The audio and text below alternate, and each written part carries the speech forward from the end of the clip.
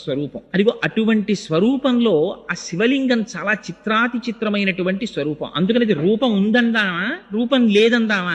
రూపము లేదనడానికి అక్కడ లింగ స్వరూపం ఉంది, రూపం ఉన్నదనడానికి దానికి కాళ్ళు చేతులు లేవు. అందుకని దాన్ని అరూపరూపి అన్నారు. రూపము లేదనడానికి లేదు, రూపం ఉన్నదనడానికి లేదు. మరి ఏమిటది అంటే అరూపరూపి. అందుకని అదేమిటి లింగము అంటే ఏమిటి గుర్తు?